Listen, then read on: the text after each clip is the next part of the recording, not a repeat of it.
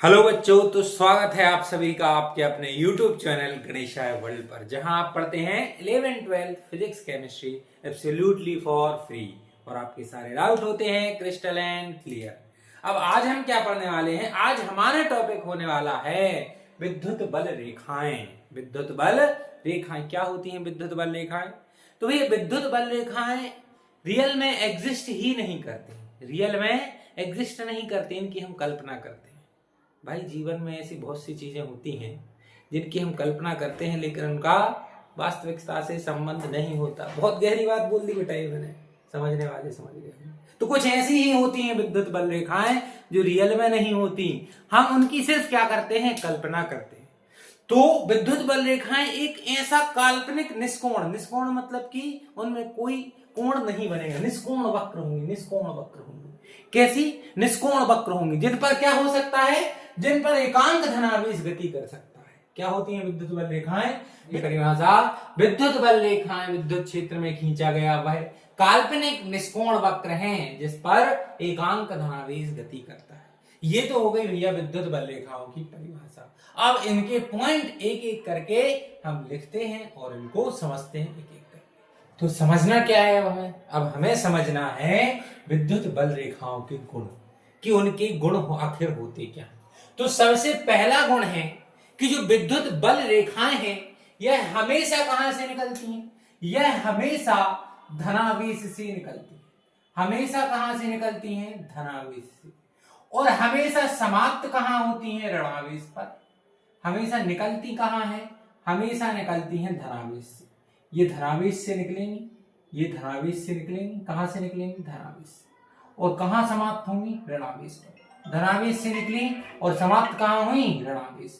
धनावेश से निकली, समाप्त कहां हुई? ऋणावेश। बिल्कुल, बहुत बढ़िया। इसके अलावा यदि हम बात करें, इसके अलावा यदि हम दूसरे पॉइंट की बात करें तो दूसरा पॉइंट क्या होगा? आइए इसे समझते हैं। दूसरा पॉइंट है कि विद्युत बल रेखाएं चालक से लंबवत निकलती हैं और लंबवत ही समाप्त होती हैं। क्लियर है? ये एक चालक है, चालक मतलब निकल कहां से रही है? निकल रही है धनावेश से। कहां से निकल रही है? धनावेश से। तो धनावेश से हमेशा जब निकलेंगी तो पृष्ठ के लंबवत निकलेंगी। धनावेश से जब भी विद्युत बल रेखाएं निकलेंगी तो कैसे निकलेंगी? पृष्ठ के लंबवत। और जब ये ऋणावेश पर समाप्त होंगी, जब ये ऋणावेश पर समाप्त होंगी तब भी कैसी होंगी? लंबवत ही समाप्त होंगी। पहला पॉइंट क्या समझा? विद्युत बल रेखाएं कहां से निकलती हैं? धनावेश से निकलती। कहां से निकलती? धनावेश से। और समाप्त कहां होती हैं? समाप्त होती हैं भैया ऋणावेश पर। दूसरा पॉइंट क्या समझा? विद्युत बल रेखाएं हमेशा चालक से कैसी निकलती हैं? लंबवत। और समाप्त भी कैसी होती हैं? लंबवत होती हैं। ये दो पॉइंट अपन को समझ में आए। चलिए अब इसके आगे समझते हैं। हमारा तीसरा गुण क्या होने वाला है? तीसरा हमारा गुण है कि विद्युत बल रेखाएं खुले वक्र के रूप में होती है। विद्युत बल रेखाएं कैसे वक्र के रूप में होती है? खुले वक्र। अच्छा, आपने चुंबकीय बल रेखाओं को पढ़ा होगा कक्षा 10वीं में। चुंबकीय बल रेखाएं आपने देखी होंगी कि चुंबकीय बल रेखाएं क्या करती थी? चुंबकीय बल रेखाएं नॉर्थ और साउथ, दो पोल होते चुंबक में। तो चुंबकीय बल रेखाएं बाहर कहां जाती थी? नॉर्थ से साउथ। और अंदर कहां आती थी? साउथ से नॉर्थ। बाहर कहां जाती थी? नॉर्थ से साउथ। अंदर आती थी साउथ से नॉर्थ। तो ये कैसा वक्र बना रही थी बेटा? ये वक्र बना रही थी बंद्र वक्र। यहां से चालू यहीं खत्म, यहां से चालू यहीं खत्म। कैसा वक्र बना रही थी? बंद्र वक्र। लेकिन जो विद्युत बल रेखाएं हैं इनके साथ ऐसा नहीं होता। ये क्या होती हैं? ये भैया धनावेश से प्रारंभ हुई और ऋणावेश पर समाप्त हो गई। धनावेश से प्रारंभ, ऋणावेश पर समाप्त। धनावेश से प्रारंभ और ऋणावेश पर समाप्त। तो ये क्या करती हैं? ये हमेशा खुले वक्र का निर्माण कर। ये देखो, ये यहां से चालू हुई और यहां समाप्त हुई। ये खुला वक्र है ना। ये यहां से चालू हुई, यहां समाप्त हो गई। लेकिन ये यहां से चालू हुई और अंदर फिर यहीं समाप्त हुई, ये बंद हो गया। ये कौन सा वक्र है? ये खुला वक्र है। ये कौन सा वक्र है? ये बंद वक्र है। तो चुंबकीय बल रेखाएं क्या करती थी? चुंबकीय बल रेखाएं बंद वक्र बनाती थी। लेकिन विद्युत बल रेखाएं कैसा वक्र बनाती हैं? विद्युत बल रेखाएं खुला वक्र बनाती हैं। ठीक है, समझ में आया? अगला पॉइंट क्या है भैया? विद्युत क्षेत्र रेखाएं जो होती हैं वो जितने पास होंगी विद्युत क्षेत्र की तीव्रता उतनी अधिक होगी। अब समझना, यदि ये पोल है, अब देखो ये मान के चलो ये धनावेश है, यहां ये ऋणावेश है। तो भैया पोल पर देखो यहां बहुत पास पास होंगी, विद्युत क्षेत्र की तीव्रता अधिक होगी। जितने ये दूर जाएंगे, जितने ये दूर जाएंगे, जितने ये दूर जाएंगे, अब देखो यहां आप देख रहे हो इनके बीच में डिस्टेंस बहुत ज्यादा है, तो यहां विद्युत क्षेत्र की तीव्रता कैसी होगी? कम। लेकिन यहां देख रहे हो यहां डिस्टेंस बहुत कम है, तो यहां विद्युत क्षेत्र की तीव्रता कैसी होगी? बहुत ज्यादा। यदि विद्युत क्षेत्र की विद्युत बल रेखाएं बहुत पास पास हैं, इसका मतलब है कि विद्युत क्षेत्र की तीव्रता यहाँ बहुत अधिक है, बहुत अधिक विद्युत क्षेत्र है। और यदि यही बल रेखाएं दूर दूर हो, कैसी हो गई? दूर दूर हो, तो यहाँ जो विद्युत क्षेत्र की तीव्रता है वो कैसी हो जाएगी? वो कम हो जाएगी। तो यही पॉइंट यहाँ लिखा है कि विद्युत क्षेत्र रेखाएं जितनी पास होती हैं, विद्युत क्षेत्र उतना ही अधिक प्रबल होता है। और ये ज्यादातर कहाँ होता है? जहां से वो शुरू होता है, जहां जो प्रारंभ होती है विद्युत बल रेखाएं जिस आवेश से, उस आवेश के चारों ओर क्या होता है? विद्युत क्षेत्र प्रबल होता है। जैसे जैसे दूर जाती जाती है तो विद्युत क्षेत्र कैसा हो जाता है? दुर्बल होता जाता है। समझ में आए दोनों पॉइंट क्लियर? क्लियर है? चलिए अब अगला पॉइंट है हमारा कि विद्युत क्षेत्र रेखाएं कभी भी, ये देखो मान के चलो ये एक चालक गोला है, मान के चलो ये एक चालक गोला है, तो जब भी हम किसी चालक गोले को आवेश देते हैं तो वो कहाँ? इसके पृष्ठ पर वितरित हो जाता है। कभी आवेश अंदर तो जाता नहीं, आवेश कभी चालक गोले के अंदर जो आवेश होता है वो कैसा होता है? शून्य होता है। गोले के अंदर, किसी चालक गोले के अंदर आवेश शून्य होता है।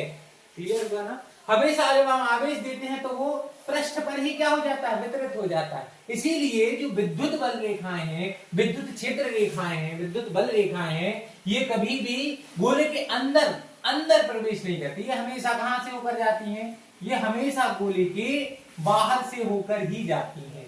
क्लियर हुआ?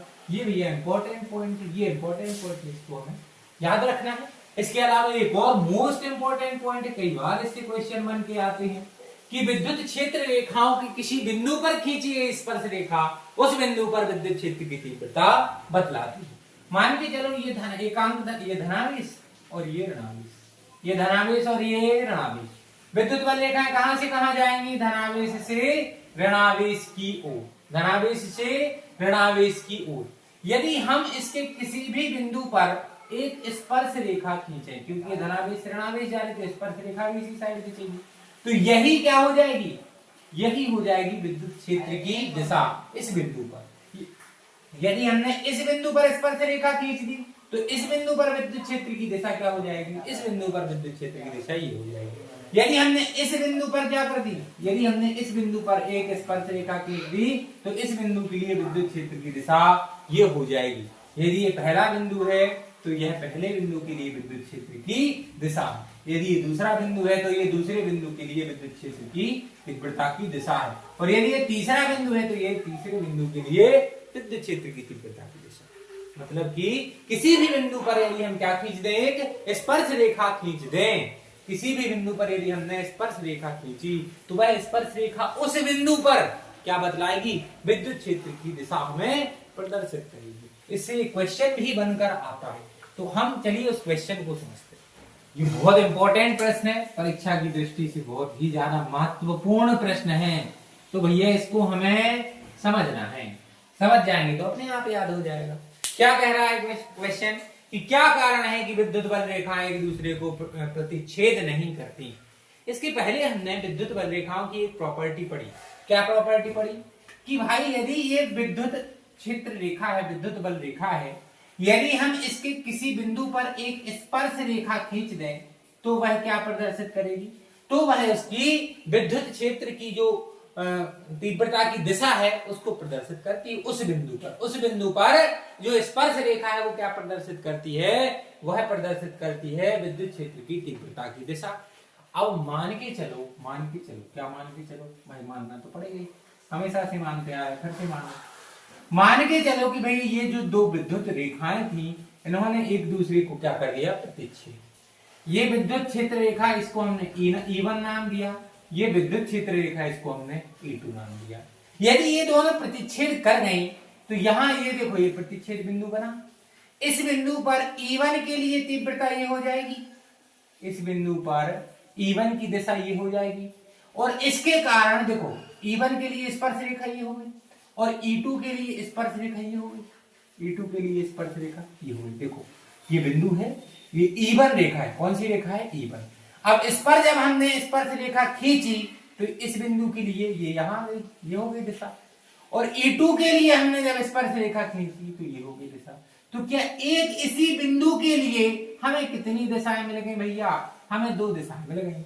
और एक बिंदु की 2 दिशाएं कैसे हो जाए भाई? एक बात बताओ, आप यदि पूर्व की दिशा में जा रहे हो तो आप पूर्व की दिशा में जाओगे कि आप पूर्व और पश्चिम दोनों दिशा में एक साथ चले जाओगे? भैया एक व्यक्ति एक बार में एक ही दिशा में जा सकता है, एक व्यक्ति एक बार में 2 दिशाओं में नहीं जा सकता। ये क्या है? ये भैया असंभव है कि एक ही बिंदु की 2 दिशाएं हो जाएं। इसीलिए कभी भी 2 विद्युत बल रेखाएं एक दूसरे को प्रतिच्छेद नहीं करती। क्लियर हुआ? समझ में आया? कॉन्सेप्ट क्लियर हुआ कि नहीं? इसको आप एक बार और अच्छे से पढ़ो और समझो। क्लियर है? समझ में आया? चलो।